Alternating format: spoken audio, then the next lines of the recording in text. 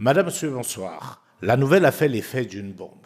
Alain Foucault est parti de RFI après 32 ans de service au sein de cette maison. Et comme on pouvait s'y attendre, sa sortie est très attendue. Alain Foucault, bonsoir. Bonsoir, Joël. Je dois te vous voyer, te tutoyer, je Alors, dois avouer mon embarras. On va faire comme d'habitude, on se tutoie. Voilà. Alors, je dois dire que il faut que je commence par te remercier. Promesse ténue, tu m'avais promis une fois partie des RFI que je serais la première personne à t'interviewer et aujourd'hui, je crois que c'est la toute première interview que tu accordes après cette bombe, comme je disais en introduction. En tout cas, merci pour cela. Merci. Alors, tout de suite, on met les pieds dans le plat. Alain Foucault a-t-il été viré ou a-t-il démissionné des RFI? On s'en perd. Au regard des commentaires sur les réseaux sociaux, je dois avouer aujourd'hui qu'on est un peu perdu.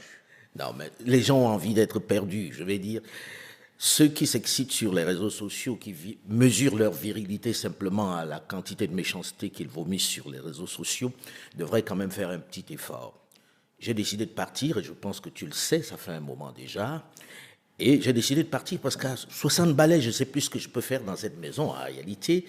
Et j'ai d'autres ambitions, beaucoup d'autres ambitions qui sont de rendre service à mon continent et de parler de façon tout à fait libre, de parler comme je l'entends et de dire les choses que je ne peux pas dire sur une antenne qui est une antenne mainstream, avec des règles, avec un choix éditorial. Je pense que j'ai fait ce que j'avais à faire dans cette maison et qu'il était arrivé le moment où je devais partir. Et puis pendant près d'un an, ou même un peu plus, on m'a demandé de rester pour essayer de trouver quelqu'un pour me remplacer. Ce que j'ai accepté après une discussion, et je suis parti volontairement. Mais ceux qui parlent de moi devraient faire un effort de se rapprocher de RFI. RFI ne fait pas de mystère, j'ai demandé à partir, j'ai présenté une démission et je suis parti. Alors, est-ce que ce départ n'était pas inéluctable au regard de la relation très tendue avec RFI ces dernières années? On se rappelle de l'épisode à Linguété, en République démocratique du Congo. On a vu justement certains de tes collègues à RFI monter au créneau pour demander ta tête. Est-ce que c'était un départ qui n'était pas finalement devenu inéluctable? Le départ était inéluctable si je gardais ma position, évidemment. C'est-à-dire que moi, je suis un homme libre. J'ai toujours été libre et je pense que ceux qui ont suivi ma carrière le savent. Et j'arrivais à un moment où je n'accepte pas la couverture que l'ensemble des médias internationaux font. Et puis, je trouve très tiède la manière dont on couvre l'Afrique, un peu biaisée de mon point de vue. Pas que RFI, je n'ai pas envie de parler spécialement de RFI, mais la manière dont on parle de l'Afrique, je pense qu'elle n'est pas assez franche, assez juste. Il y a un regard un peu condescendant de la presse internationale sur l'Afrique, et je pense que j'ai fait ce que j'avais à faire à l'intérieur. Maintenant, je pense que je suis libre pour faire exactement... Mais on va te répondre immédiatement. Il t'a fallu 32 ans pour te rendre compte de cela. Non, il n'a pas fallu 32 ans. Je trouve que ceux qui disent ça ont des raisons de le dire, mais c'est qu'ils n'ont pas suivi ma carrière. Je pense que, comme la plupart des gens, j'ai pensé qu'on peut changer les choses en étant sur place, en étant à l'intérieur, en disant des choses. Et je pense que celui qui a regardé ce que j'ai fait sur cette antenne-là sait parfaitement que je n'ai pas spécialement changé de braquet. Simplement, il arrivait un moment où les choses, on est à un tournant de l'histoire de l'Afrique, de l'histoire contemporaine de l'Afrique, et je préfère être à l'extérieur pour dire exactement ce que j'ai à dire.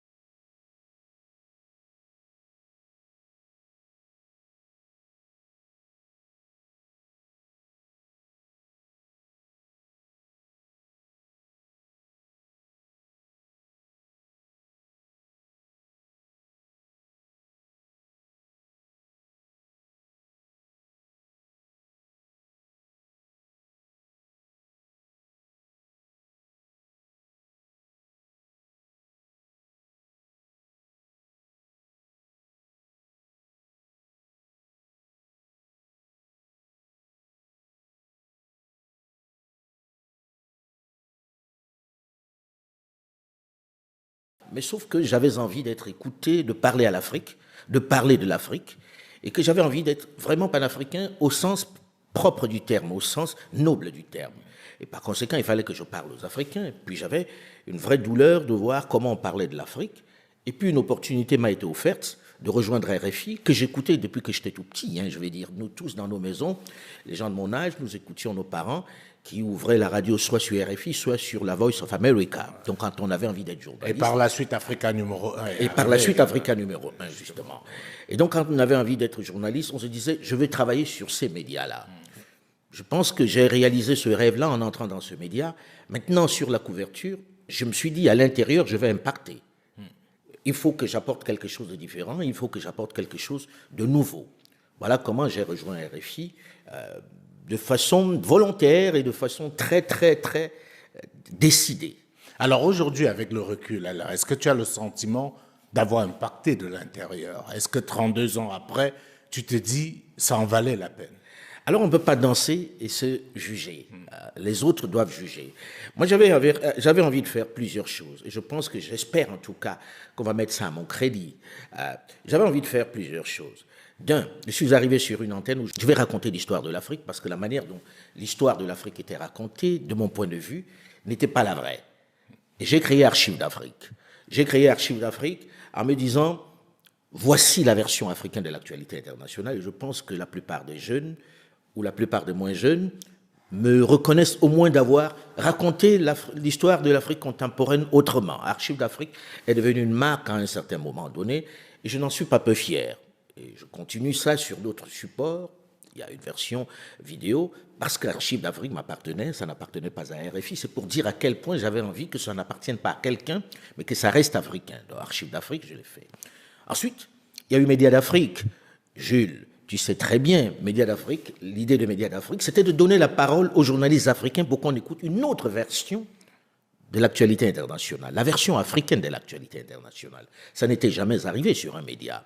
Et violenter un média au point de prendre des éditoriaux africains qui étaient les plus durs pour les mettre sur cette antenne-là, il fallait le faire. Et c'était en quotidienne. Je l'ai fait pendant 16 ans.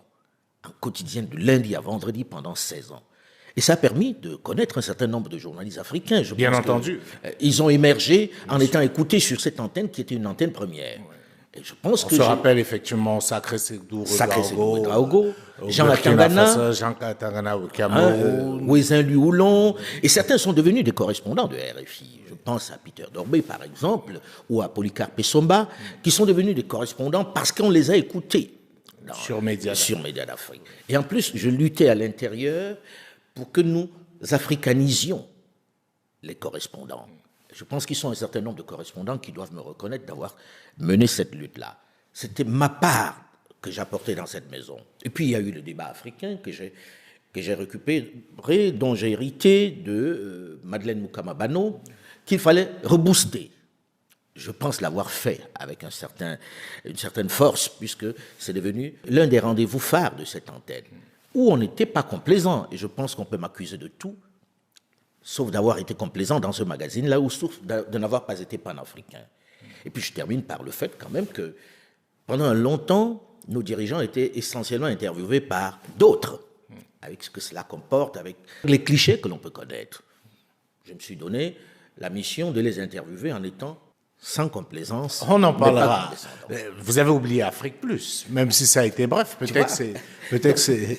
Donc tu vois que je me suis démerdé. Je ne suis pas trop mal démerdé, je crois. Oui. Parce qu'Afrique Plus c'était la première fois où on décidait de montrer les Africains qui réussissent. Pas ceux qu'on allait voir qui sont les banabana, des chefs d'entreprise, des grands capitaines d'industrie.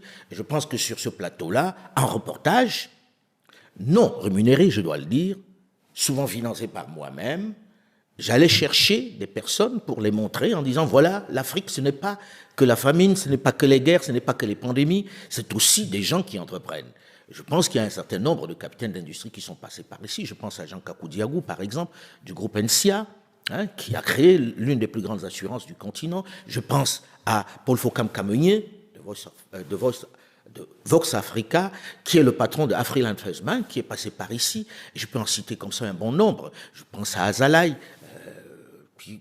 le groupe Azalaï avec Mossadegh Bali. Qui est-ce que je n'ai pas cité? Ils sont nombreux. Je ne vais pas tous les citer ici. Donc pour moi, c'était une façon de montrer l'Afrique autrement. Est-ce que je l'ai bien fait? Est-ce que je l'ai mal fait? Je ne sais pas, mais j'ai essayé. Mais il y a une curiosité, Alain. C'est-à-dire que quand tu arrives à RFI, c'était un instrument au service de la France. D'ailleurs, RFI dépend du ministère français des Affaires étrangères. Est-ce que dès le départ, tu as conscience de cela?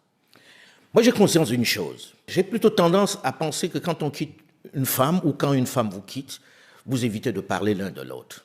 Ça s'inscrit dans l'élégance, ça s'inscrit dans la galanterie.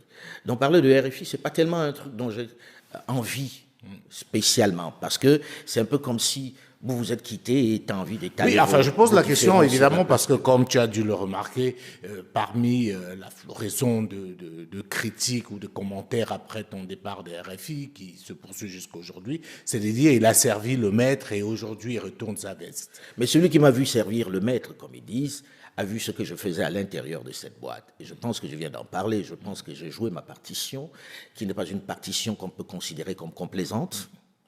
Je mets au défi quiconque de cela. Ensuite, à côté de ça, j'ai dit, il faut que les Africains, je ne parle pas de ceux qui s'excitent sur les claviers, hein, parce que eux, c'est des situations pathologiques graves. Je pense que eux, c'est plus du domaine du psy. Mais je pense que l'Africain doit s'inscrire dans la démarche de comment je construis, pas dans la démarche de je déteste simplement. Il faut dénoncer, c'est évident, et je pense que certains le font très bien, mais en même temps, il faut s'inscrire dans l'avenir.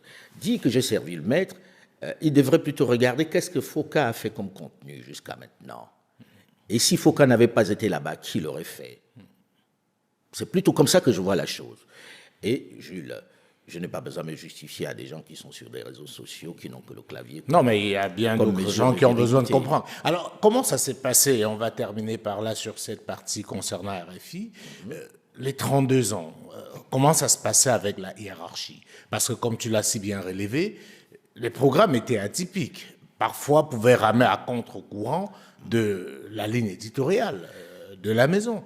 Archives d'Afrique, c'est très bien de le rappeler, ça n'a jamais été un programme qui a appartenu à RFI, mais ça t'appartenait à toi. Alors, comment, pendant ces 32 ans, tu as surfé entre la hiérarchie, entre la volonté d'une certaine ligne éditoriale et toi, ton ambition? Je serais malhonnête si je dis que c'était l'amour tous les jours.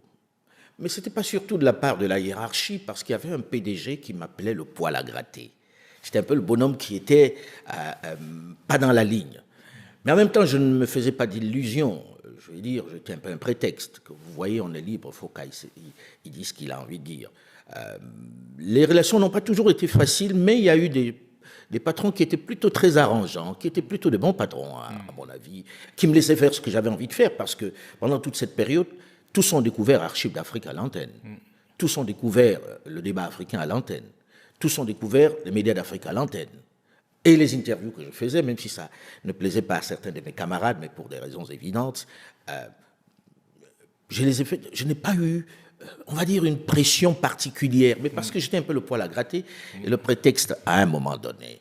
Donc tu assumes le fait d'avoir été à un moment donné, pas seulement toi, je sais qu'il y a d'autres gens aussi, Jean-Karim Fall et tout. Est-ce que tu assumes le fait d'avoir été à un moment donné utilisé comme un prétexte pour davantage africaniser l'antenne des RFI, qui doit, comme on le sait tous, sa plus grande part d'audience au continent africain?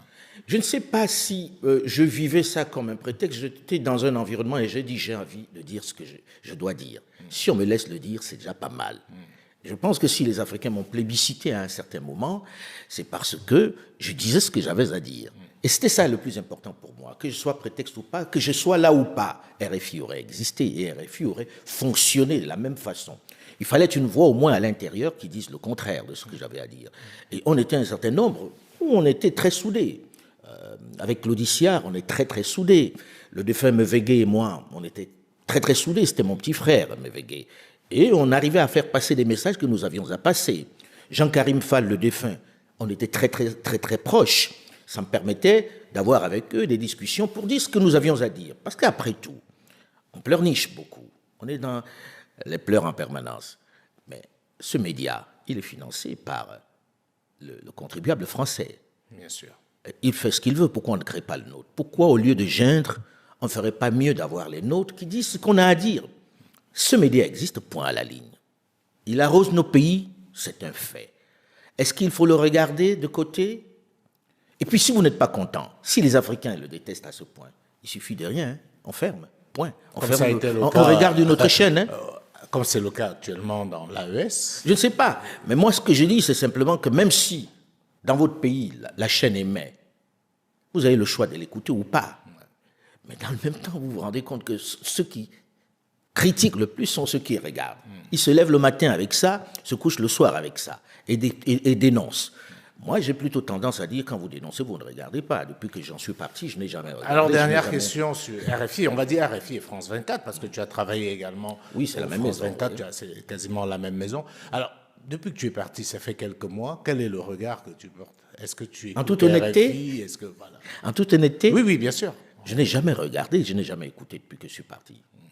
Je vais dire, ça doit faire, avant même que je ne parte, je n'écoutais plus l'antenne, pour des raisons qui sont simples. Hein, c'est que moi, j'ai un choix éditorial, je travaille sur autre chose, et je ne me lève pas le matin en disant que je vais écouter ça. Et puis, ayant travaillé sur le continent, pendant tout ce temps-là, j'ai mes réseaux d'information, mes réseaux de communication qui font que je n'ai pas besoin de regarder par là. Et même le débat africain, vous n'écoutez pas. Vous savez, vous avez été remplacé par Namori Dosso. Est-ce que... C'est quelqu'un que j'aime bien, mais je n'ai jamais écouté. Ouais. C'est triste, mais je n'ai jamais écouté. Ça ne m'est pas venu à l'esprit d'écouter, j'écoute autre chose. Ouais. C'est un divorce totalement consommé. Oui, on va dire ça comme ça. Je ne suis pas, comme je viens de dire, je ne suis pas dans la démarche de contre. Je suis pour faire quelque chose. Donc ce qui est contre quelqu'un, ça ne me parle pas tellement. Je suis plutôt pour construire. Bon, c'était une partie de ma vie, j'avance. D'accord. Alors, on a beaucoup entendu justement cette partie du départ des RFI, et certains l'ont lié à un certain projet que tu as lancé, Mansa. Alors, explique-nous aujourd'hui quelle est la corrélation entre ton départ de RFI ou du groupe France Média Monde et le projet Mansa. Les gens se sont dépêchés non seulement de faire une relation entre les deux, mais en plus de dire des choses assez amusantes, assez tristes par moments. Ça fait longtemps qu'on travaille sur Mansa, quand même. Je ne sais pas, Jules, bon, tu fais ton métier de journaliste, donc tu dois être le plus détaché possible. J'essaye, je dois avouer, pour être totalement honnête, compliqué. Qu'on a hésité à faire cette interview. Voilà. C'est pour ça que j'étais embarrassé de faire l'interview avec toi, parce que tu connais la vérité de l'intérieur. Mansa, ça fait longtemps qu'on travaille dessus, non? Et ça fait un moment déjà où je me suis dit, oui, il y a des gens qui dénoncent, et c'est très bien, et avec eux je dénonce une situation, ce qu'on a fait à l'Afrique, le mal qu'on continue de nous faire, les pillages dont on est victime. Mais une fois qu'on a pleuré, il faut s'inscrire vers la construction, vers le projet. Et comme je dis toujours, le rejet ne constitue pas un projet. À 60 balais, à un moment donné, il faut se dire, c'est quoi le projet? Qu'est-ce que je donne aux autres? Peut-être qu'il faut que j'amène les autres à construire, ne pas pleurer seulement, à se dire, qu'est-ce qu'on veut devenir? Et comme je ne suis pas en train de construire une carrière, je peux dénoncer sans avoir peur d'être sanctionné par une hiérarchie, ou etc. Donc, je ne suis pas parti pour Mansa. Mansa, c'est un projet qui travaille depuis un bon moment, sur lequel on se dit comment on va repenser l'Afrique. Donc, ceux qui ont pensé ça se sont totalement trompés. À côté de ça, je me suis dit, Alain, maintenant, tu n'as plus spécialement quelque chose à prouver là où tu es.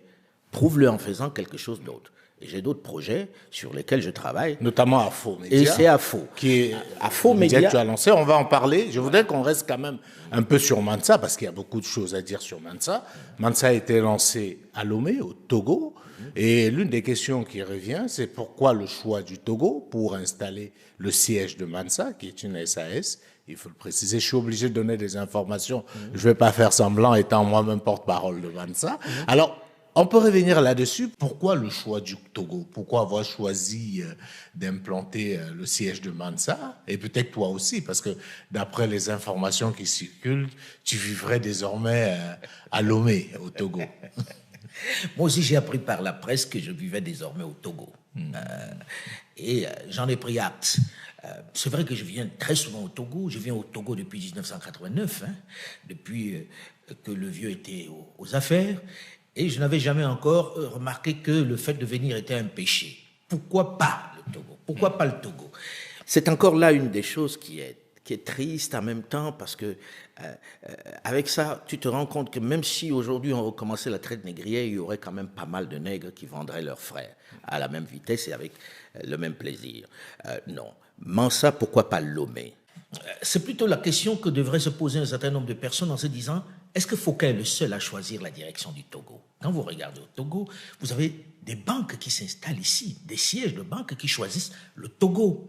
Je pense à Ecobank, je pense à Orabank, je pense à d'autres banques que je ne vais pas citer ici. Et puis à côté de ça, le Togo est devenu un hub. Les gens se battent ici, et tu le sais bien, Jules, pour pouvoir s'installer. C'est qu'il y a bien quelque chose, c'est qu'il y a bien un avantage, c'est qu'il y a quelque chose qu'offre le Togo. Pourquoi est-ce que Foucault ne pourrait pas en bénéficier? Ça, c'est un premier volet. Au-delà de l'amitié que je peux avoir avec le président de la République ou avec d'autres personnes au Togo, ça a dû jouer, évidemment, mais pour moi, j'ai regardé l'endroit qui était le mieux placé pour pouvoir s'installer, pour pouvoir installer Mansa. Il y avait le Togo. Et je regarde, ceux qui critiquent aujourd'hui ne sont pas mécontents que Askai soit sur place. Hein. C'est le seul pays où vous pouvez aller de n'importe où, en un seul vol, et être là. C'est vraiment un hub. Donc c'est à saluer, que ça plaise ou non, qu'on soit du gouvernement ou non, c'est un fait. C'est un endroit où on trouve des banques qui donnent des emplois aux gens, des sièges de banques qui s'installent, des institutions financières qui s'installent. Je ne vais pas toutes les citer ici. Et puis, il y a quelque chose quand même dans ces gens qui se disent panafricanistes, les panafricanistes du clavier, qui me surprend. Je suis africain, je choisis un pays, c'est mal. Si j'avais dit je vais au Cameroun, les mêmes auraient dit, vous avez vu, il rejoint le Biya pour le soutenir. Hein? Puisqu'il ne disait jamais du mal de Biya, vous avez vu, non? Il est rentré au Cameroun. Pourtant, c'est mon pays. J'aurais pu rentrer au Cameroun, j'aurais eu cette critique. Je serais allé au Congo démocratique, par exemple, on aurait, c'était un projet Félix.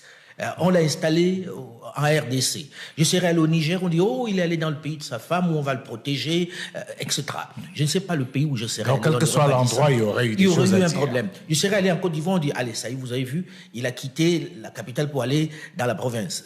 Comme j'ai déjà entendu un certain nombre de personnes appeler la Côte d'Ivoire par rapport à la France. Donc, quel que soit le choix que j'aurais opéré, ça aurait fait il y aurait eu des griefs. Mais quand même, il y a une chose qui est évidente. Pour celui qui connaît comment je fonctionne, qui sait que je suis par monts et par vaux sur tout le continent, je ne peux pas m'installer dans un seul pays. J'ai des maisons dans plusieurs pays où je vis. Hein, j'ai des domiciles où je descends dans la plupart de ces pays-là, parce que pour faire du panafricanisme, c'est pas dans sa chambre en Allemagne, à Bruxelles ou à Paris qu'on va faire ça. Non, il faut être sur le terrain. Non, je suis pas en train de jouer à me cacher. J'ai une bonne relation avec le président Faure, ça ne date pas d'aujourd'hui. J'avais une bonne relation avec le père. Est-ce que je dois en avoir honte? Non, pas du tout, je n'en ai pas honte. Je ne suis pas dans la politique politicienne, je ne suis pas dans la politique togolo-togolaise. Et j'ai vu cette photo que l'on a baladée, qui était à Kara, dans le Nord, depuis 19 ans. Je viens de façon permanente, enfin, de façon régulière, le 5 février, au Togo pour la commémoration de la mort du père. Je suis un Africain et j'ai cette habitude-là de respecter un certain nombre de traditions. C'était quelqu'un pour qui j'avais du respect et qui me témoignait autant de respect.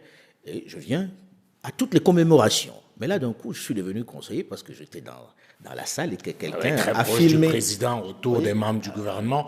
Avoue que ça peut prêter à confusion. C'est quand on m'a dit ça que je me suis rendu compte que j'étais pas loin du président, sauf que en fait j'étais arrivé en retard et je ne vais pas souvent à la messe. Donc d'un coup on a dit à la messe, est-ce que tu y vas? Et puis j'ai trouvé un fauteuil et Dieu merci, c'était pas loin de lui. Mais tu sais alors qu'on ne laisse pas n'importe qui s'asseoir proche du président. Ah bon, sur ce coup-là, alors, je ne suis pas encore conseiller. On ne me l'a même pas proposé, mais je pense que le président Faure sait très bien que je ne quittais pas un maître pour un autre. Alors, tu as beaucoup parlé de la relation avec le père et à débat. C'était quoi la nature de vos rapports? Des relations, comment je dis, presque de père à fils, dans le sens où le président Yadema un jour a écouté Archives d'Afrique et a cru que je m'appelais Alain Focard. Donc a cru que c'était le fils de Jacques Focard. De Jacques Focard. Alors, et ça a été la même chose avec le président Omar Bongo, qui croyait que c'était le fils de Jacques Focard. On demandait à me rencontrer. Et quand je suis arrivé, il m'a dit, mais vous êtes noir, mais vous pouvez pas être son fils. Et c'est là où je me suis rendu compte qu'il a cru ça. Et il m'a pris d'affection, il m'a félicité. Il a dit très bien, j'aime bien Archives d'Afrique, je l'écoute. Et bravo pour ce que vous faites. Il m'a souvent donné des informations sur ci ou sur ça, mais personne n'a le souvenir que j'ai été complaisant avec le président Yadima, qu'il respectait. Le fait que je sois libre, c'était même peut-être ce qu'il respectait le plus. Alors, justement, on va revenir sur Mansa et cette proximité avec Faure. On a aussi entendu dire que c'est le président Faure qui finance Mansa. Bon, Jules, on va arrêter le délire.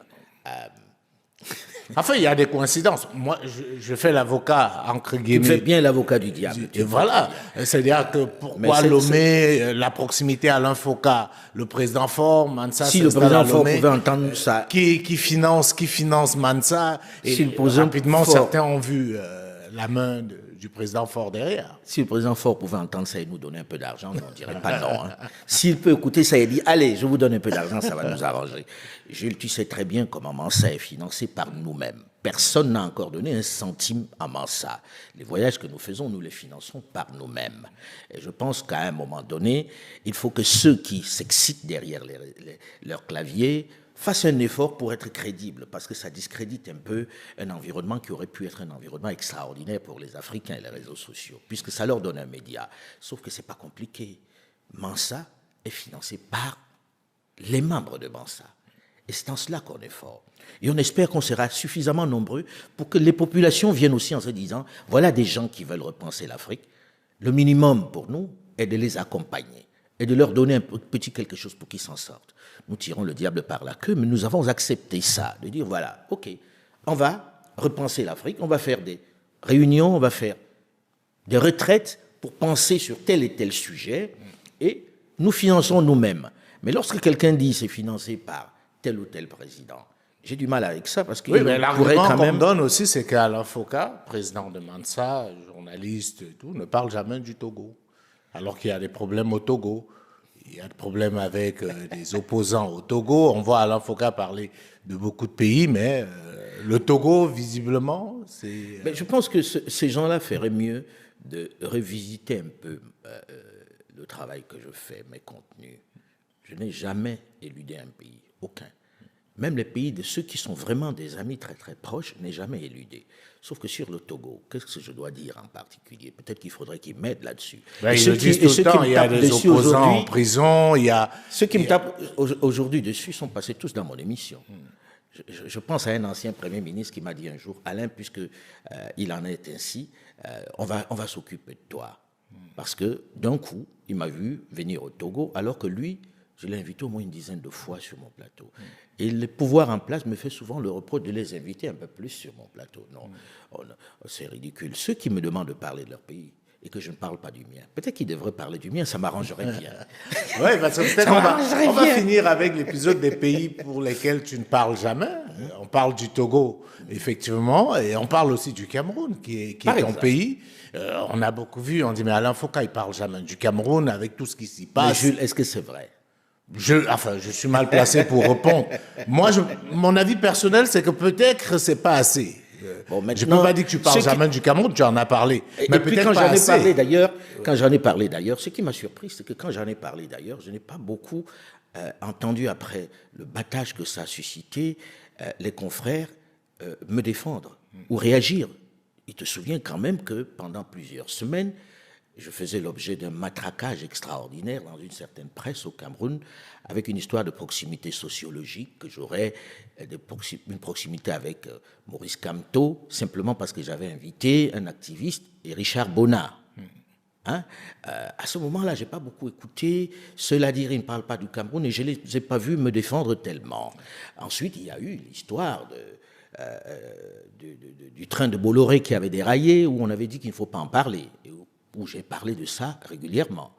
Et quand les autorités camerounaises me tapaient dessus, je n'ai pas vu la presse se dire « mais pourquoi vous lui tapez dessus ?» Mais est-ce que tu comprends ceux de tes compatriotes camerounais qui estiment qu'avec la voix qui est la tienne, tu devrais plus parler du Cameroun, parce que Non, je le la comprends Cameroun, pas. c'est quand même un cas atypique. On a un chef de l'État qui est là depuis plus de 40 ans. 42 ans. Aujourd'hui, le quotidien des Camerounais, c'est le manque d'eau potable, manque d'électricité.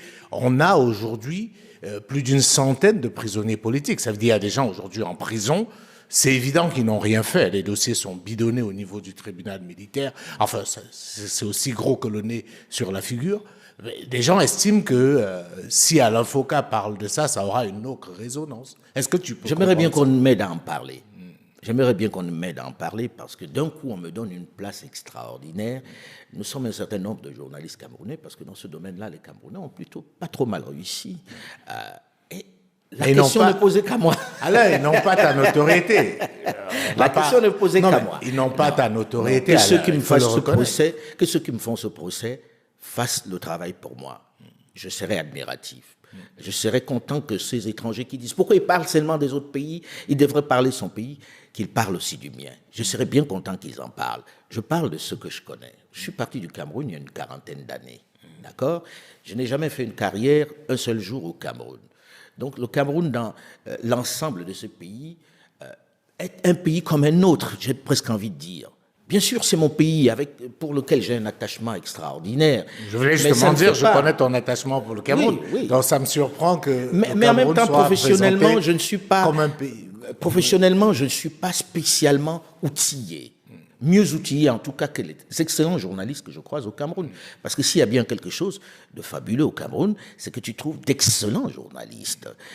Je ne suis pas aussi outillé qu'eux. Là, par exemple, ça fait presque 4 ans que je n'ai pas mis les pieds à Yaoundé, au Cameroun. Comment puis-je en parler plus? Et mais puis, est-ce qu'il faut comme dit Richard Bonnat, et il a été inspiré par Dieu ce jour-là, je crois, il dit, si on vous explique le Cameroun, et vous avez compris, c'est qu'on ne vous a pas bien expliqué. Ouais. On ne vous a pas bien expliqué. Moi, je suis incapable d'expliquer le Cameroun, d'expliquer un pays qui est dans une inertie extraordinaire, où vous n'avez pas quelqu'un qui émerge, et où lorsque quelqu'un émerge, on lui coupe la tête. Et avec les applaudissements des autres. Quand vous regardez ce pays-là, vous vous dites, c'est quoi ce truc-là? C'est un cas d'école. Mais je vais parler de quoi là-dessus? Et dès que vous ouvrez la bouche, dès que vous dites un truc, ceux qui étaient avec vous, vous condamnent avec la même force que ceux qui vous détestent. Au départ, j'ai trouvé, dès que j'ai dit un mot, on dit, ah, le Bamileke, il est en train de défendre sa tribu. Dès que je ne dis rien, les Bamileke disent, ah, il est avec les autres. Je ne sais plus où mettre les pieds. J'aimerais bien en parler, hein, mais je pense que les autres sont plus qualifiés que moi pour en parler. Je pense, hein. On va se contenter. Parce qu'il ne faut pas croire que je sois si bon que ça, je ne cherche pas. Enfin, je ne pense pas que c'est au niveau du professionnalisme. Enfin, les gens veulent la voix d'Alain Foka. Mais je veux dire quoi que ce monsieur qui a une 80aine d'années, qui est fatigué... 91 ans. 91 ans, qui récemment. Est fatigué, que je dise ça, et que je dise qu'il est temps qu'il parte, mais je l'ai déjà dit, et tout le monde le pense. Même le gosse le pense. Donc je n'invente rien quand je dis ça. Mais une fois que j'ai dit ça, on fait quoi? C'est moi qui vais aller là-bas faire ça ou pas? Tout le monde le pense. Et je pense qu'aujourd'hui, tout le monde sait qu'on arrive au bout d'un cycle. C'est la vie qui est comme ça. Ce monsieur, il a passé 42 ans. L'âge passe, comme moi, je suis passé par d'autres étapes que je ne recommencerai pas. Je ne retournerai pas sur le terrain pour couvrir des guerres, etc. À un moment donné, il faut que ce pays-là change. Mais si on veut chercher des boucs émissaires, alors, je suis un bouc émissaire peut-être qui ne parle pas assez de mon pays, qui ne dénonce pas assez, mais on dénonce des choses quand on ne les voit pas quelquefois. Mais là, c'est comme le nez au milieu du visage, comme vous le dites. Chacun voit qu'on est en bout de course, que ce qui devrait être la locomotive de l'Afrique centrale est à l'arrêt. Je ne fais un procès à personne où je n'invente rien. Tout le monde l'a dit dans toutes les langues. Une fois que j'ai dit ça, ça change quoi? Alors, ça change quelque chose. Alain Foka sauf que je l'ai déjà dit. Hein. Je l'ai dit. Dans la dernière interview que j'ai eue avec toi, qui remonte à une dizaine d'années, je l'avais dit, non? Bien, et je l'ai dit. Le problème avec le Cameroun, c'est qu'on a l'impression, après le temps, qu'on redit les mêmes choses et que, justement, ça change. C'est là tout le problème. C'est qu'une fois que vous avez dit ça, vous faites quoi? OK?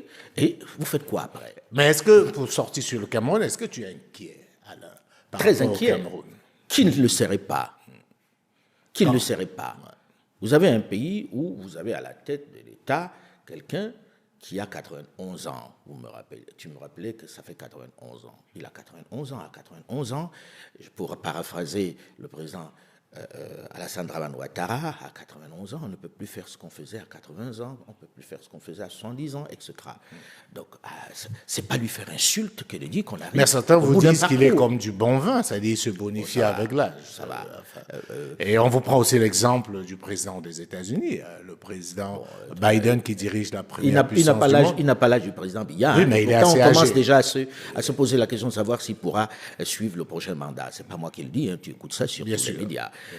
Bon, ce pays, il fait peur. Tu te dis, qu'est-ce qui va se passer après? Attends, on dit que je ne parle pas, mais sur Zogo, le journaliste qui a été assassiné, combien d'émissions j'ai pu faire sur Zogo? Alors qu'on avait dit à la presse locale de ne pas en parler. Moi, je continuais d'en parler. Sur la guerre dans le Nozo, en venant ici, je regardais à peu près combien d'émissions j'ai pu faire sur la guerre dans la zone anglophone. J'en ai fait 7. 7, je mets au défi des confrères sur place qui aient fait autant d'émissions sur La crise. la crise anglophone.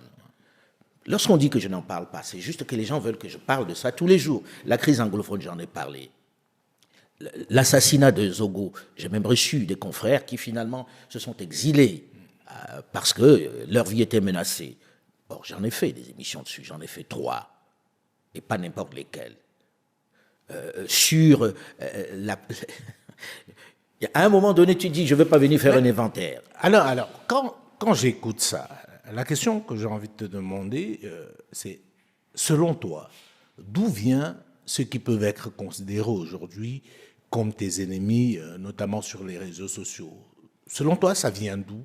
Est-ce que ça ne viendrait pas, première hypothèse, de la France politique, qui est, n'ayons pas peur de le dire, ton ancien employeur, qui visiblement, et on peut comprendre pourquoi, n'a pas vu d'un bon œil ton départ et surtout ta liberté exacerbée, notamment depuis la création de ta chaîne YouTube, ou alors de certains Africains qui supportent mal ta notoriété et te reprochent aussi, comme c'est le cas, on parlait du Togo tout à l'heure, ta proximité avec certains dirigeants. Selon toi, où est-ce que ça vient?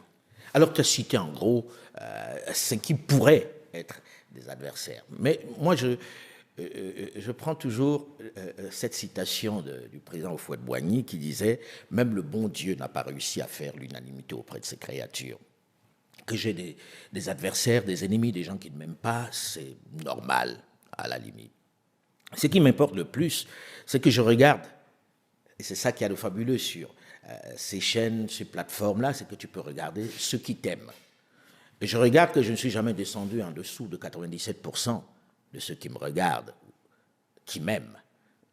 S'il y a 3% qui s'excitent, quel intérêt qu'ils viennent de n'importe lequel des camps que tu viens de citer, ça n'a pas tellement d'importance. Et puis il y a le fait aussi qu'il y a certains qui m'attaquent. Mais parce que ça s'est quand même exacerbé ces derniers temps. Oui, ils se sont un peu excités. Ton départ des RFI. Ouais, ils se sont un peu excités parce que c'est peut-être savant. Et puis aussi, moi je regarde toujours ce chiffre, 96 à 97% des gens qui apprécient ce que je fais. Est-ce que ce n'est pas le plus important? Si aux élections, quelqu'un a ce suffrage-là, c'est les scores à la soviétique. Il y a des gens qui n'en sont pas très loin. Hein. Il y a des gens qui les scores à la soviétique. Et puis il y a ceux qui ne peuvent pas arriver, qui rêvent de faire ce que je fais. Je sais que Dieu m'a donné une chance extraordinaire. Je n'ai pas plus de talent que d'autres, mais Dieu m'a donné une chance extraordinaire d'être là où je suis et de faire ce que je fais. Voyager sur le continent, tourner dans des endroits où personne ne va, dans des conditions qui ne sont pas des conditions, on va dire, aisées. Je comprends que ça puisse embêter un certain nombre de gens. Tu vois, Jules, la vraie bataille africaine, c'est de faire du contenu. Moi, c'est ce que j'ai fait toute ma vie. C'est ce que j'ai fait toute ma vie. Et quand vous faites du contenu, les gens vous aiment parce qu'ils vous jugent sur ce que vous avez produit. Il y a ceux qui n'arrivent pas à faire du contenu, qui sont malheureux parce qu'ils se disent pourquoi on l'aime. Sauf que je vais leur dire qu'ils fassent du contenu, ils vont voir à quel point on va les aimer. Quand vous allez faire des reportages dans des endroits les plus fous, et que vous ramenez l'information brute, les gens se disent « waouh !» et ils apprécient. Mais si vous êtes là juste à dire du mal de tel ou de tel, on ne va pas bien loin avec ça. Et ça a toujours été mon travail de faire du contenu, faire du contenu. en permanence. Alors, l'autre chose qu'on a beaucoup entendu aussi, je dois avouer mon amusement et mon étonnement quand j'ai vu ça circuler et grossir, c'est que Mansa serait aussi un projet piloté par la France, financé aussi par la France. Enfin, tu ris à gorge déployée, mais c'est quelque chose qu'on a entendu. Mansa serait composé des nouveaux pions de la France-Afrique. Ah ben, on serait vraiment des pions doués, hein. Et puis, pousser la disruption à ce point-là, franchement, c'est que la France, elle est maso.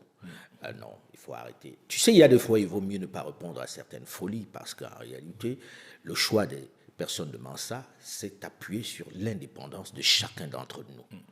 Ensuite, c'est le plus divers possible. C'est la grande diversité que l'on a au sein de Mansa. Et ce qu'on est en train de faire à Mansa, c'est de faire adhérer tout le monde pour créer quelque chose, pour repenser l'Afrique. Ce serait exactement le contraire de ce que voudraient les pays occidentaux. C'est-à-dire rejeter tout. De toi à moi, Jules.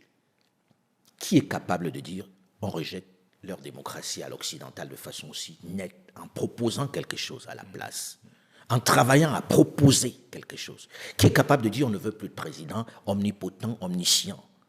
On refuse que les présidents continuent d'exister, qu'on crée quelque chose à la place, pour finir avec ces gens qui sont à la botte des Occidentaux et qui prennent des décisions qui sont iniques, qui sont des esclaves, qui sont des marionnettes, pour qu'on ait enfin des gens qui gouvernent en étant à l'intérieur, que l'on puisse sanctionner, que l'on puisse virer s'ils ne vont pas leur travail. C'est ce qu'on fait à Mansa, non? Mais maintenant, nous faire ce procès-là, comme j'ai dit, le bon Dieu n'a pas réussi à faire l'unanimité auprès de ses créatures. Alors, qui sommes-nous pour... Alors, il y a une question aussi, je vais l'ai poser, parce que comme tu le sais, le travail que Mansa fait n'est pas si nouveau, même si l'approche peut être nouvelle. Il y a plein d'autres personnes, effectivement, qui, depuis plusieurs années, font un travail de dénonciation et tout. Et j'aimerais, effectivement, savoir, parce que j'ai aussi vu circuler des gens, à titre personnel, des gens m'ont interpellé, notamment concernant Kémy Séba.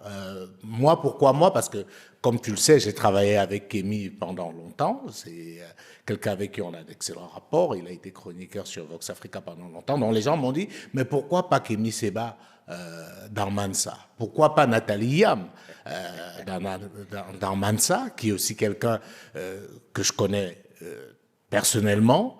Pourquoi pas, comment il s'appelle, Franklin Nyamsi, justement, qui sont des gens qui ont pignon sur rue, notamment sur les réseaux sociaux, qui effectivement sensibilisent depuis des années. Alors, j'aimerais, c'est vrai que même à titre personnel, on n'a pas vraiment eu à évoquer le sujet. J'aimerais on n'en a jamais parlé, avoir effectivement ton regard par rapport à cela. Ce que j'ai envie de dire dans un premier temps, c'est cette propension à opposer les gens. On ne va pas avancer avec ça, et les gens ne s'appuient pas sur l'histoire pour tirer des leçons. Tu vois, quand il y a eu la lutte des droits civiques aux États-Unis d'Amérique, on a réussi à diviser les Africains, à diviser les Noirs, ils se cognaient les têtes. Martin Luther King, Malcolm X, on les divise. Moi, je vais dire un truc. Je n'ai jamais rencontré Kémy Séba, je n'ai jamais rencontré Nathalie Yamb, je n'ai jamais rencontré Franklin Nyamsi. Mais ils ont un rôle extraordinaire. On peut les aimer, les détester, ce qu'on veut. Ils ont fortement impacté la lutte de libération qui est en ce moment, de conscientisation. On peut aimer leur bataille ou pas, leur méthode ou pas. Ils ont impacté. Ils ont fait bouger les lignes. Le CFA qui souffre aujourd'hui, on ne peut pas dire qu'ils n'y sont pas pour quelque chose. J'apprécie leur travail, mais nous ne nous battons pas de la même façon. Ils ont fait des choix qui sont utiles pour la cause, et je les respecte. Je ne vais pas cacher que je regarde Nathalie Yamb. Je regarde ce qu'elle fait. Et j'apprécie.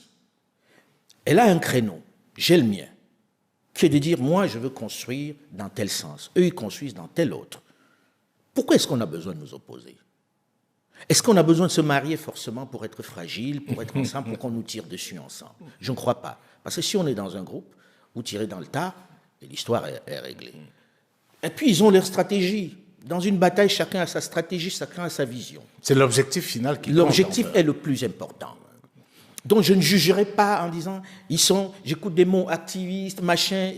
Non, je les ai pas encore rencontrés. Je n'ai jamais fait cet effort-là et je ne pense pas que ce soit nécessaire. Chacun fait son travail. Chacun mène sa lutte à sa manière, avec ses moyens. avec sa perception des choses. C'est ça qui est le plus important. Le plus important, c'est à l'arrivée. Alors, est-ce qu'on libère l'Afrique? Voilà. Qu'est-ce que tu penses justement des critiques qu'eux aussi ils ont subies ces derniers temps et même de ce qu'on pourrait considérer comme une cabale? On les a accusés d'être des agents de la Russie. Ça va nous permettre peut-être de parler un peu de la Russie. Quel a été ton regard par rapport à ça? Mais ceux qui les accusent de ça sont agents de quoi? Je vois des gens qui reçoivent des fonds de l'Union européenne, des États-Unis d'Amérique pour mener leur combat de façon tout à fait officielle. On leur ouvre même des officines, des bureaux, on les installe avec des salaires officiellement. Mais puisque c'est l'Europe, c'est bien. Et si c'est la Russie, ça serait mauvais? C'est un peu absurde, non? Si on te finance de l'autre côté, boucle-la. Non, soyons sérieux. La bataille est le plus important. S'il y a quelqu'un qui les finance, ils sont suffisamment grands pour savoir où est leur intérêt. Si leur intérêt, c'est l'Afrique, et qu'ils sont financés même par les extraterrestres, on s'en fiche. D'accord? Ce n'est pas ça le plus important. Qu'on soit en train de dire, il a pris ci, il a pris ça, franchement, tout le monde s'en fiche. L'essentiel, c'est que, est-ce que ce qu'il a dit est vrai? Est-ce que la bataille qu'il mène est importante? Ça, c'est à ça qu'on doit les juger. Parce qu'on écoute des gens qui viennent s'installer en Afrique, qui sont des ONG, qui sont des etc., qui sont financés. Ils sont financés pour quoi? Pour, on va dire, développement de la démocratie. Ça veut dire quoi, tout ça? Alors, parlons à présent, et on va sortir de Mansa avec ça. C'est pas le lieu de parler des perspectives et tout de Mansa, parce qu'il y aurait certainement de choses à dire. Alors, il y a aussi quelque chose que j'aimerais évoquer avec toi, c'est ta proximité avec les dirigeants africains. J'essayais au moment de préparer cet entretien de chercher ceux des dirigeants africains que tu n'as pas interviewés, et j'avais du mal. Ceux de la vieille école, parce qu'on parle de Biya qui est là depuis 42 ans, mais toi, ça commence à faire beaucoup. Parce que merci de me vieillir, merci de me rappeler mon âge. Quand on voit Mandela, Mobutu, Omar Bongo, enfin les Bongo, père, fils et tout, Alain est aujourd'hui perçu par certains comme l'ami des chefs d'État. Est-ce que tu assumes cette étiquette d'être considéré comme quelqu'un qui est très proche des dirigeants africains? Alors, je vais répondre en deux volets. En deux volets, c'est qu'on devrait quand même me reconnaître le mérite d'entrer dans toutes ces chancelleries où seuls les Blancs entraient avant moi. Parce que quand tu regardes l'historique des interviews des dirigeants africains, c'est toujours des Européens qui les interviewaient. Ensuite, dire on est ami des chefs d'État, on n'est pas ami des chefs d'État. Le chef d'État a des collaborateurs, a des proches, a des gens chez qui il prend des infos, a des gens qui l'utilisent, mais des amis, je ne crois pas vraiment qu'on puisse être ami d'un chef d'État. Vous pouvez être ami avant, mais quand il devient chef d'État, c'est un peu plus mitigé. Maintenant, le rôle du journaliste, c'est de parler de ce qu'il sait. C'est de parler de ce qu'il connaît vraiment, qu'il peut démontrer, qu'il a écouté de façon forte. Pour moi, c'est ça le rôle du journaliste. Et je suis toujours amusé par ceux qui utilisent plutôt les clichés véhiculés par les autres.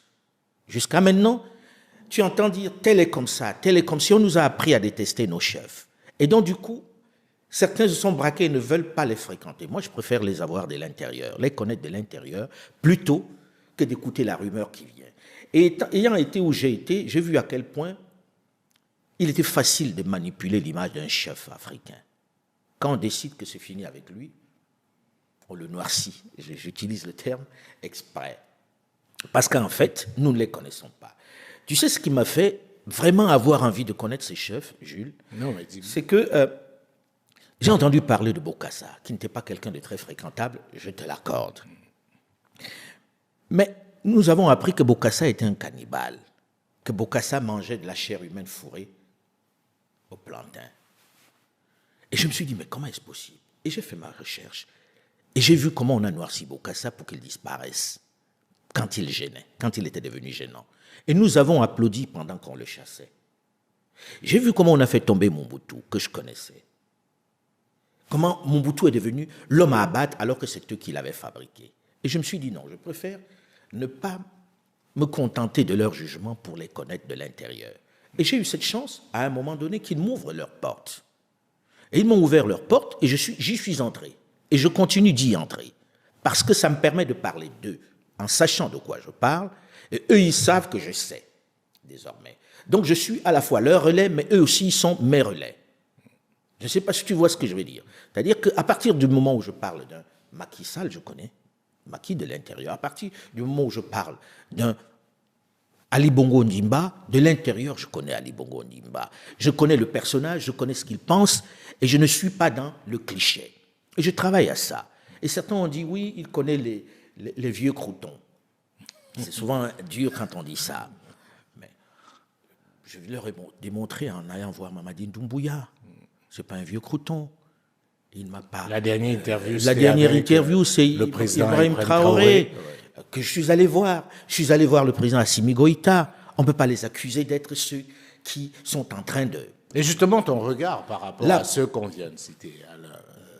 Parce qu'on voit bien ce qui se passe avec l'AES. Tu as parlé d'Assimi Goïta, Ibrahim Traoré. Il y a aujourd'hui Tiani au Niger. Je les ai tous rencontrés. Etc. Alors, quel est ton regard? Parce que c'est dans cela que je dérange. Ce qui est amusant avec l'histoire de Mansa, et on vit ça de l'intérieur, c'est que je me suis aussi fait interpeller très violemment sur un plateau en Guinée, où on disait que Mansa, c'est une officine créée par les putschistes pour... c'est plus les Français. Oui, enfin, je veux dire, on entend de tout créé par les putschistes, justement pour soutenir leur discours. Et l'argument, c'était de dire, depuis que Mansa a commencé, excepté le Togo, on a été au Mali, où c'est un militaire qui est aux affaires, on a été en Guinée, c'est un militaire qui est aux affaires, et on sait que récemment, tu étais au Burkina Faso. D'ailleurs, on a confondu la conférence que toi et moi, on a eu à faire à l'université avec un déploiement de Mansa. Donc, pour les gens, Mansa travaille pour les militaires au pouvoir en Afrique de l'Ouest. Mais je voudrais qu'ils soient un peu plus cohérents, tous ceux qui disent ça, parce qu'un coup, Mansa serait un outil des Occidentaux, un coup, ce serait celui des putschistes. Moi, je n'ai pas le regard qu'ils peuvent avoir sur les putschistes.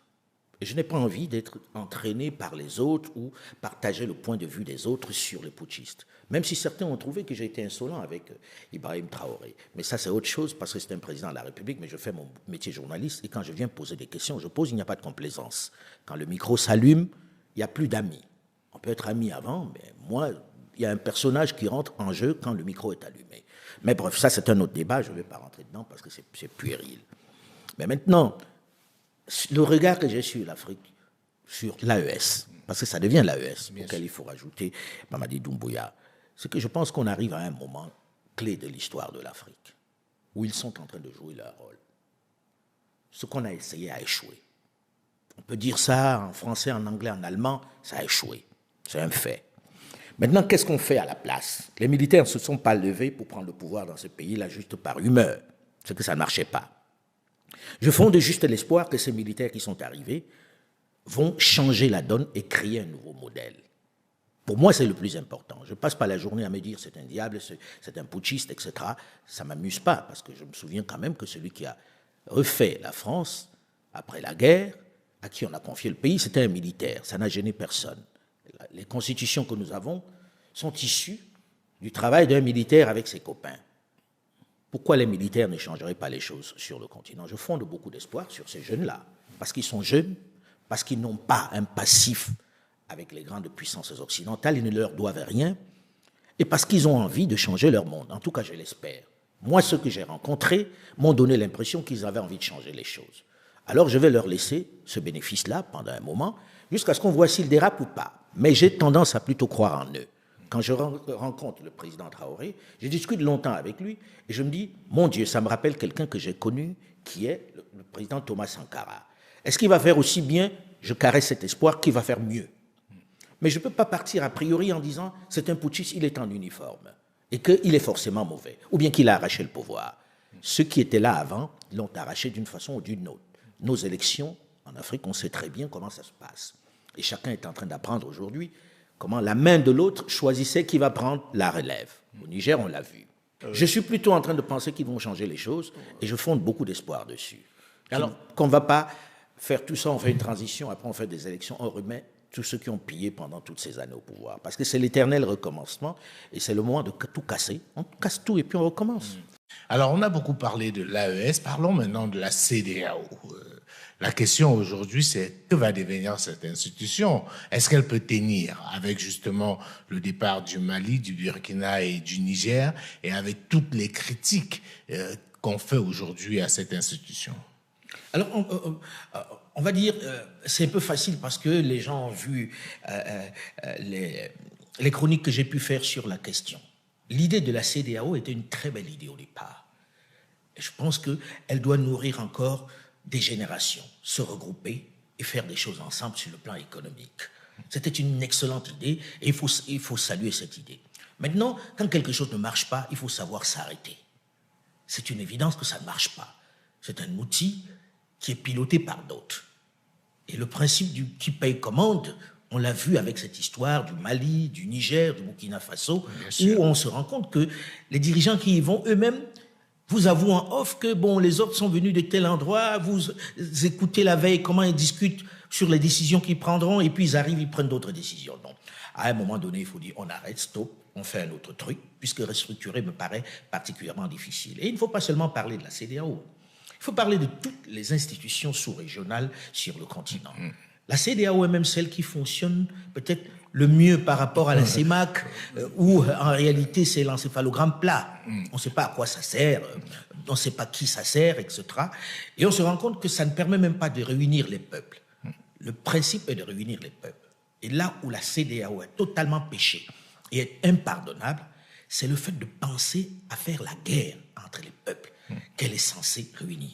Est-ce que tu t'imagines une seule seconde le Nigeria faisant la guerre au Niger avec les mêmes peuples, avec les mêmes habitudes, les gens, les familles des deux côtés. Donc ça avait quelque chose d'inacceptable. Et je pense que là, tout le monde a compris que le principe était dévoyé. Et puis, qu'est-ce qu'ils viennent faire dans la politique en réalité? Est-ce qu'ils ont vraiment mandat ou qualité pour pouvoir le faire lorsque l'on sait, le président Traoré l'a très bien dit, parce que l'on sait que beaucoup d'entre eux sont eux-mêmes des putschistes. Alors, il y a eu un réel problème. La charité. Tu parlais tout à l'heure de pas seulement la CEDEAO, l'Union africaine également. C'est-à-dire évidemment que l'Union africaine fait partie de tout ça. Quand on regarde l'Union africaine, on ne sait pas quelle est sa position dans toutes ces crises qui secouent l'Afrique. Elle n'a pas été capable de lever une vraie armée. Jules, revenons à la CEDEAO. La zone est infestée de terroristes. On sait qui les finance. Des terroristes qui ont des drones. Jamais la CEDEAO n'a pu lever une armée pour les combattre. Il a fallu que Assimi Goïta choisisse d'y aller lui-même pour chasser des gens de Kidal pendant que la CEDEAO regardait. À quoi elle sert alors? Donc, je pense que le débat, il est même un peu éculé. On lutte pour conserver, pour essayer d'avoir... Mais c'est comme on a eu l'habitude de le faire, c'est-à-dire conserver des choses qui ne servent à rien. Alors, est-ce que tu peux prendre le pari qu'il y a d'autres pays qui vont claquer la porte à la CEDEAO? C'est une évidence. C'est une évidence. Il y a des pays qui vont partir, qui savent très bien. Quand vous écoutez la plupart de ces chefs en off, ils sont très critiques vis-à-vis de la CEDEAO. Quand vous écoutez même le patron en exercice, pas le président, mais le patron de la maison, il est critique vis-à-vis de son institution. Quand il y avait réunion à Niamey, les gens ont pu dire qu'ils n'ont pas eu d'avion pour venir alors qu'il avait débloqué les sous. Et qu'ils ont passé la journée à faire du dilatoire. À un moment donné, il a piqué une colère parce qu'il se rendait compte qu'il est le dindon de la farce. Donc, arrêtons cette grande farce qui fait beaucoup de victimes. C'est pas humain d'avoir des Nigériens qui sont en train de crever de faim parce qu'on a fermé la porte au point d'empêcher aux médicaments d'entrer dans le pays. Et le grand Nigeria qui coupe l'électricité, l'énergie, alors que c'était un deal où le Niger aurait pu tout simplement faire son barrage et le Nigeria n'aurait pas eu suffisamment de débit un peu plus bas. Il utilise ça comme arme. C'est inacceptable, tout simplement. Quelles qu'en soient les raisons, c'est inacceptable. Ce n'est pas l'union des peuples. Et la CEMAC, alors, je ne vais pas revenir là-dessus. Justement. Alors, j'ai envie de parler aussi de quelqu'un que tu connais bien, tu l'as confessé tout à l'heure, c'est Macky Sall. Oui. Comment est-ce que tu regardes ce qui se passe, la sortie de Macky? Avec douleur, parce que la dernière fois où j'ai parlé avec le président Macky Sall, c'était pour qu'il m'annonce qu'il ne sera pas candidat. C'est la dernière fois où je lui ai parlé. Je tenais à l'époque à ce qu'il m'accorde l'exclusivité d'interview annonçant qu'il ne sera pas candidat. Je n'ai pas obtenu parce qu'il a dit qu'il voulait d'abord l'annoncer aux Sénégalais, sur les médias sénégalais, ce que je respecte et ce qui est la règle, ce qui devrait être la règle, parce qu'on doit d'abord parler à nos médias, à nous, parler aux autres médias avant d'annoncer à nos peuples, et c'est arrivé de plus en plus. Et je pense que j'ai du mal à comprendre ce qui se passe. J'ai écouté un entretien de lui avec la presse sénégalaise il y a quelques jours, où il expliquait ce qui s'est passé, que ce n'était pas son fait, qu'il n'avait pas envie de rester au pouvoir. J'ai plutôt envie de le croire. Mais le reste, je suis incapable d'en dire plus. Ce que je sais, c'est qu'il m'a dit, dans une conversation à 2, ensuite à 3, qu'il ne serait pas candidat. S'il est candidat, ça m'embêterait vraiment, parce que... Là, c'est clair qu'il ne le sera pas. Il a redit à plusieurs reprises. Voilà, et là, il annonce qu'il part. Il finalement. part. Maintenant, la guerre intérieure. Je ne suis pas plus qualifié que d'autres pour pouvoir en parler. Les gens attendent que je dise ce que je ne sais pas. Je ne suis pas dans les bagarres politiques à l'intérieur du Sénégal. Je ne les connais pas forcément. Le Sénégal est un pays où il y a d'excellents journalistes et où il y a un environnement politique qui est quand même assez singulier. Ah oui, justement. Très, très singulier et assez riche, avec des gens qui sont capés. Qui suis-je pour venir dire en permanence il y a ceci, il y a cela ou pas? Et la presse couvre suffisamment le Sénégal. Mais avec Macky, j'ai une vraie conversation. Il m'a dit qu'il ne sera pas candidat. Avec Macky, j'ai regardé ce qu'il a fait et on peut détester Macky ou l'aimer. Il a quand même un bilan qui n'est pas mauvais. Maintenant, sa sortie, est-ce qu'il a loupé? Est-ce qu'il va réussir à s'en sortir de façon propre? C'est à lui. Mais on peut dire que la sortie est quand même loupée, parce que avec tout ce qu'on a vécu ces derniers temps... Ce qui s'est passé n'est pas très joli. Et je pense aussi que, vu d'Afrique, ce que les gens reprochent davantage à Macky Sall, c'est qu'il se retrouve quasiment dans la même situation qu'il a conduit au pouvoir. Et comme on le dit si bien, Internet a une mémoire. Quand on ressort les anciennes vidéos du Macky opposant, quand on ressort effectivement toutes les déclarations à son arrivée au pouvoir, il y a quand même comme une sale sortie. Absolument. C'est triste parce que c'est quelqu'un qui, en tout cas, celui que j'ai connu, c'est quelqu'un qui avait envie de changer les choses et qui faisait avancer les choses. Après, à un moment donné, bon, c'est des politiques, hein, je n'en sais pas plus que ça. Moi, je suis journaliste, je regarde, j'observe, etc. Je n'influe pas dedans. J'espère plus tard influer sur des choses par les documentaires que je fais, par les productions que je fais. Mais sur un président, tu le vois, il te dit ce qu'il a à dire, tu écoutes, tu l'étudies et puis tu rends. Une belle perche pour parler justement d'un autre aspect de ton travail dont on ne parle pas souvent, ce sont ces reportages, ces documentaires. Ces dernières années, je pense que ces reportages qui ont fait découvrir à certains une autre facette du journaliste Alain Foka, qu'on croyait cantonné au magazine, c'est le terrain. On se rappelle du reportage en RDC dans le secteur des mines et aussi en Guinée, qui a énormément fait parler. Et la question que j'ai envie de poser, c'est pourquoi à un moment donné, tu as voulu te replonger dans cet univers du reportage? Parce que quand vous avez fait du reportage, vous ne vous en défaites jamais totalement. Moi, j'ai commencé par le reportage. Je pense que tu le sais, j'ai fait plusieurs guerres comme reporter. La guerre du Congo, par exemple. Les 2 guerres du Congo. Le Rwanda aussi. Le Rwanda, etc. Donc, j'ai quand même fait pas mal de terrain. Et puis, à un moment donné, je me suis dit, je vais prendre une antenne pour pouvoir dire ce qui se passe. À la fin, presque, puisque je suis plus proche de la sortie que de l'entrée, à la fin presque de ma carrière, je me suis dit, je vais retourner pour montrer des choses qui sont importantes. Mais je ne me suis jamais arrêté, Jules. Je pense que j'ai fait Archives d'Afrique en faisant aussi la version reportage, et en allant sur le terrain en permanence. Je n'ai jamais quitté le terrain. Et puis, je suis quand même à une centaine de documentaires faits pendant cette carrière-là. Ces documentaires ont été diffusés largement. Il s'avère que c'est plus visible aujourd'hui parce que je suis plus dans une posture différente où je ne m'encombre plus des règles. J'ai fini avec les règles du journalisme, où on dit ça c'est le reportage, ça c'est la chronique, ça c'est l'édito, etc. Je ne m'encombre plus de ça parce que ça ne correspond à rien dans notre environnement. Je pense que, comme j'enseigne un peu du journalisme dans certains endroits, je leur dis de casser les codes. De casser les codes parce que ces codes que nous avons sont des codes d'ailleurs. Or, j'ai envie qu'ils fassent ce qu'ils ont à faire pour informer les gens, point, en sortant des cadres définis. Voilà, et je retourne sur le terrain. Je retourne sur le terrain pour montrer des choses comme ces reportages dont tu parles, qui sont des choses essentielles, où c'est à cheval entre le reportage, l'engagement, etc. Je ne m'encombre plus de ça et je me sens plus confortable là-dedans. Je n'aurais pas pu faire ça sur une antenne qui ne soit pas la mienne. Alors, parlons effectivement de l'antenne qui est la tienne, c'est AFO.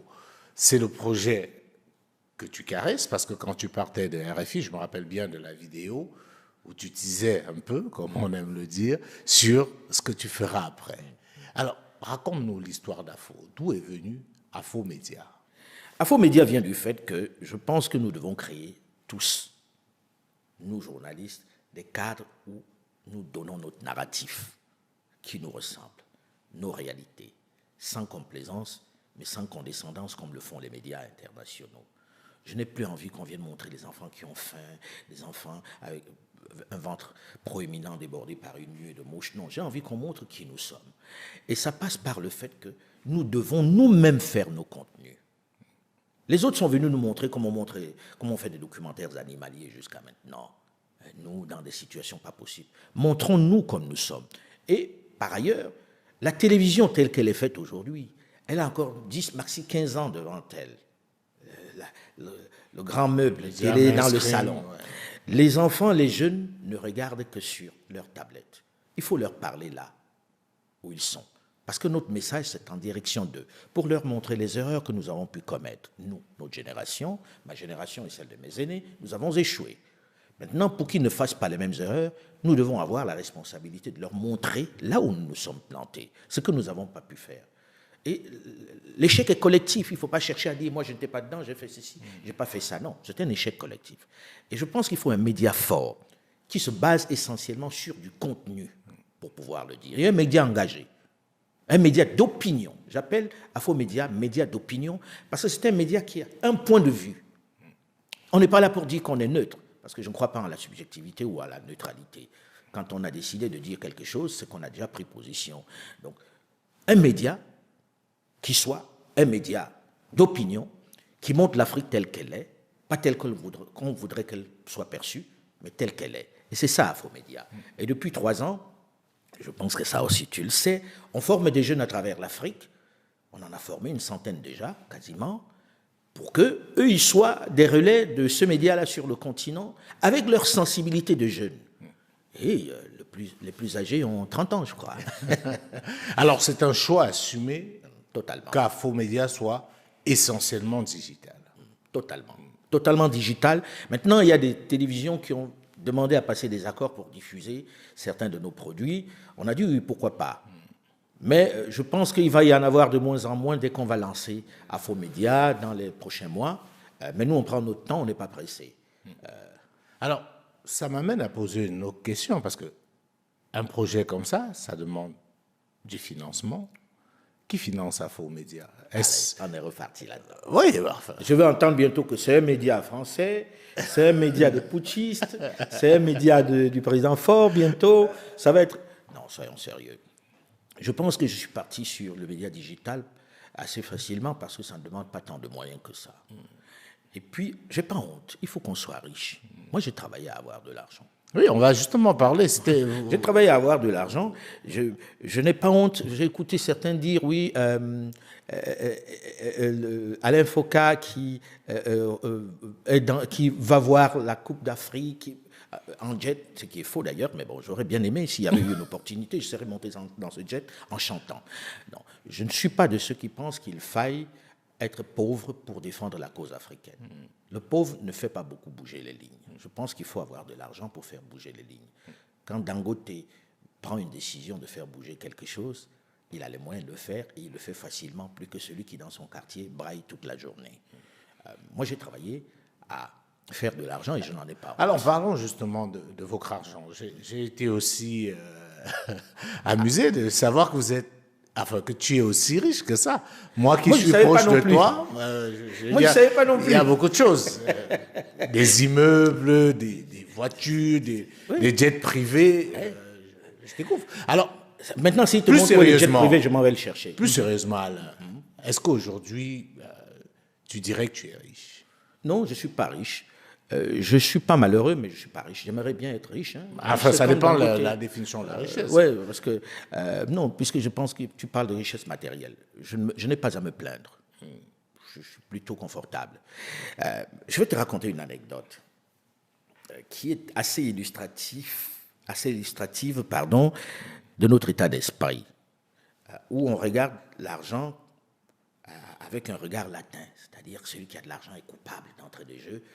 Or, tous, on se lève pour avoir de l'argent. Je me souviens, il y a quelques années, j'ai produit des coffrets Archives d'Afrique. Je fais le tour pour présenter les coffrets Archives d'Afrique, qui marchaient plutôt bien, puisqu'on a presque fait 2 millions d'exemplaires. Et le truc était que je me promène pour présenter Archives et je dédicace dans plusieurs pays. Et quand j'arrive sur place, je vois des confrères qui viennent, qui me disent « Ah, c'est génial, etc. Est-ce que tu peux me dédicacer ça ?» Et puis, je rentre à Paris et la directrice de la communication de RFI m'appelle un jour dans son bureau en me montrant une lettre d'un confrère africain qui avait filmé son coffret que je lui avais donné, gracieusement en plus, et qui dit « Alain Foka s'enrichit sur le dos de RFI.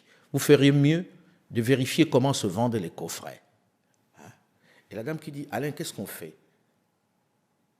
Et je lui dis, vous laissez Brère, parce que, comme tu le sais, je ne réponds pas généralement. Sur les réseaux sociaux, tu as vu que je réponds presque, je ne réponds jamais. Et puis, il réécrit une lettre en disant, je viens d'acheter un coffret Archives d'Afrique, qui s'appelait Soumaoro, c'était de Côte d'Ivoire, Soumaoro, oui. Je viens d'acheter un coffret Archives d'Afrique pour vous prouver qu'Alain Foka s'enrichit sur votre dos. Alors, Françoise Holman, la défunte, qui était la directrice de la com, qui dit, on va devoir faire un communiqué pour leur faire comprendre que tu es le producteur d'Archives d'Afrique. Archives d'Afrique m'appartient à 100%. Et RFI avait juste l'exclusivité radio. Mais tous les produits dérivés nés d'Archives d'Afrique, c'était moi. Je les produisais. Mais le bonhomme était tellement obtus que pour lui, il n'était pas possible qu'un journaliste puisse produire un contenu comme celui-là. Et il avait besoin de dénoncer en plus. Simplement parce qu'il se disait que je gagnais de l'argent.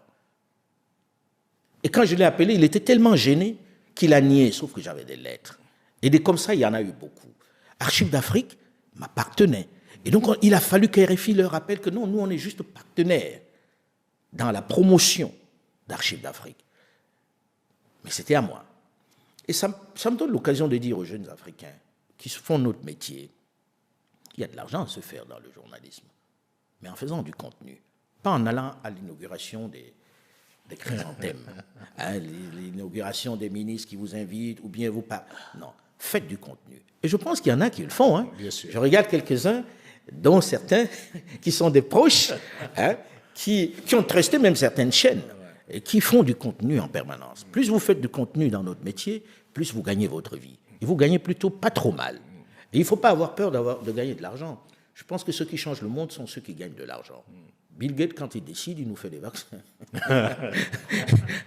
Et si Elon Musk veut, il peut faire ce qu'il fait au monde parce qu'il a de l'argent. Donc on ne doit pas avoir cette relation conflictuelle avec l'argent, il faut gagner de l'argent. Le gagner honnêtement, c'est vrai, mais le gagner. D'accord.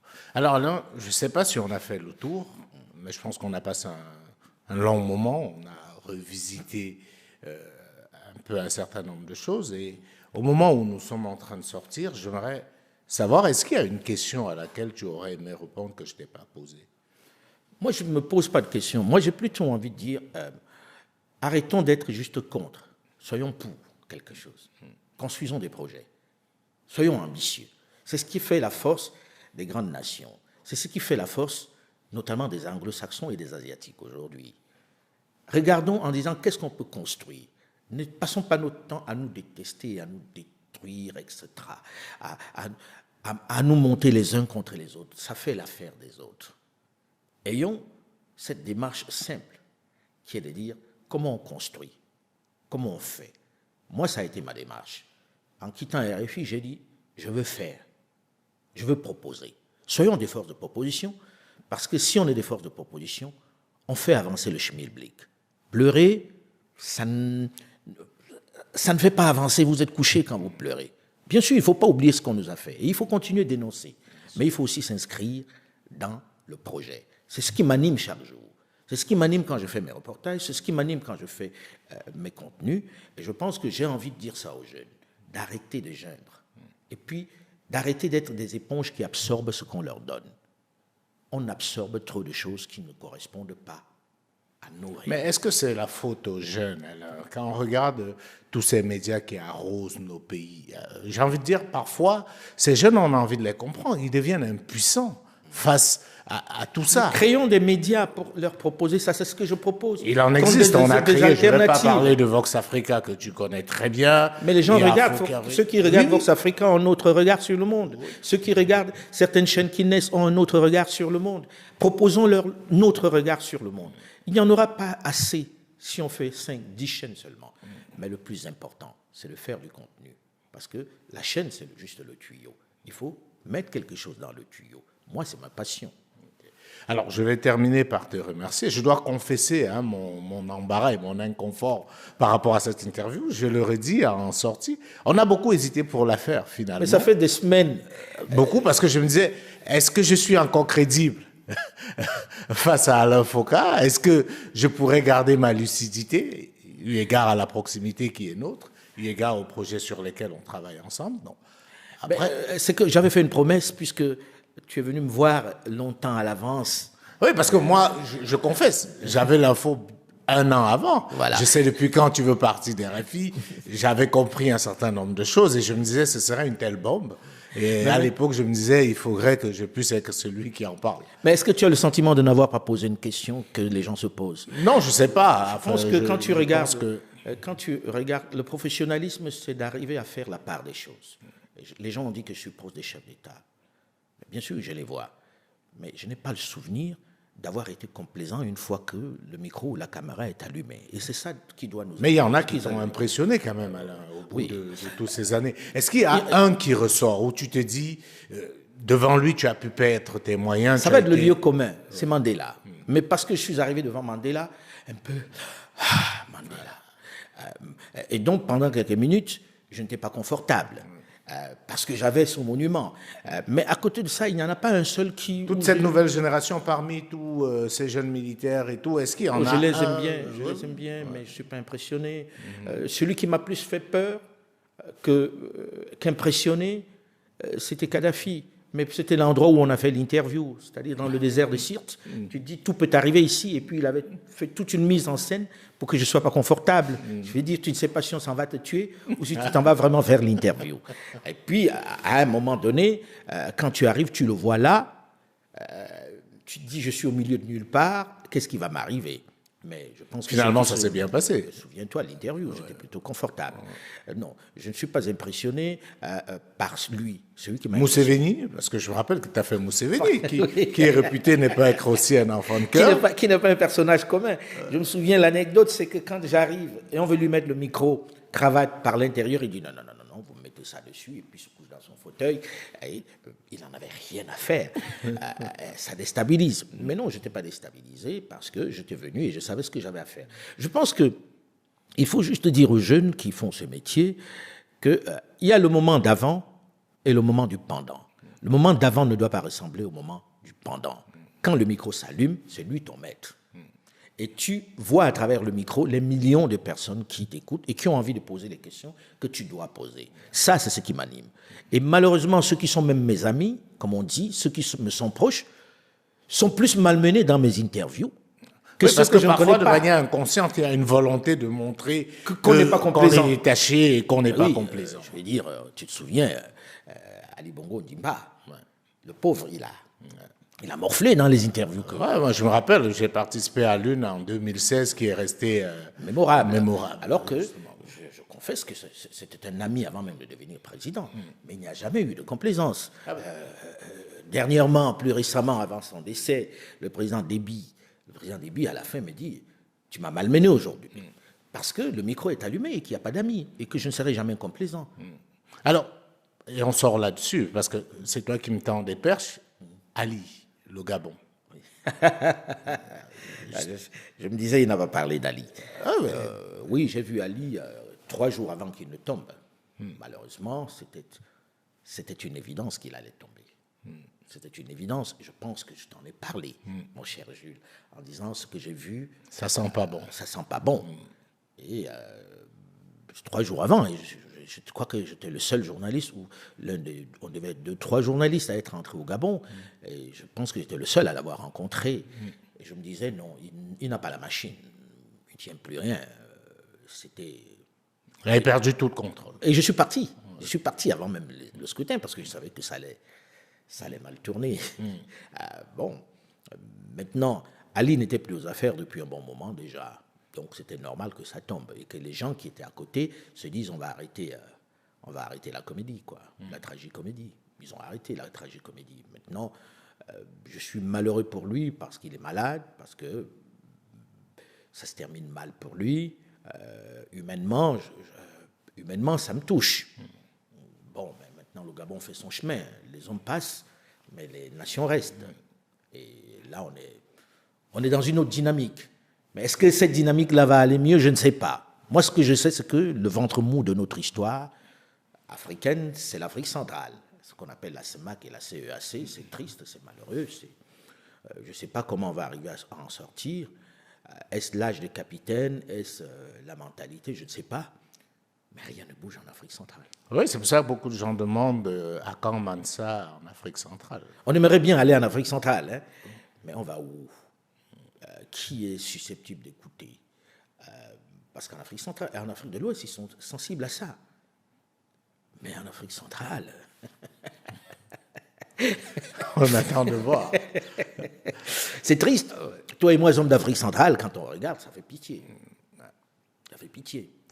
Pourtant, on parle. Hein. Beaucoup, d'ailleurs. On parle beaucoup. En tout cas, alors, merci beaucoup. Merci d'avoir accepté de te prêter au jeu, qu'on puisse échanger. J'espère qu'on a élagué un certain nombre de questions et je suis rassuré d'avoir enfin pu faire cette interview parce que c'était pas facile à préparer ni à faire. Donc, en tout cas, merci d'avoir échangé et peut-être si tu souhaites un dernier mot à tous ceux qui non, nous ont suivis. je te mets à l'aise. Je te mets à l'aise. On n'est pas en train de se justifier. On est en train de faire une interview pour ceux qui nous aiment ou pour ceux qui nous détestent, mais on avait à parler. Il n'y a pas de complaisance. On n'en fera pas. Et je pense qu'on a fait ce qu'on avait à faire. Merci beaucoup. Madame, monsieur, merci à vous de nous avoir suivis. Comme vous avez remarqué, nous étions avec Alain Foka. Nous avons fait le tour en parlant de sa carrière, de ses projets et aussi de tout ce qui fait l'actualité autour de lui. Merci de nous avoir suivis. Prenons rendez-vous très prochainement. D'ici là, portez-vous bien. Bonsoir à tous.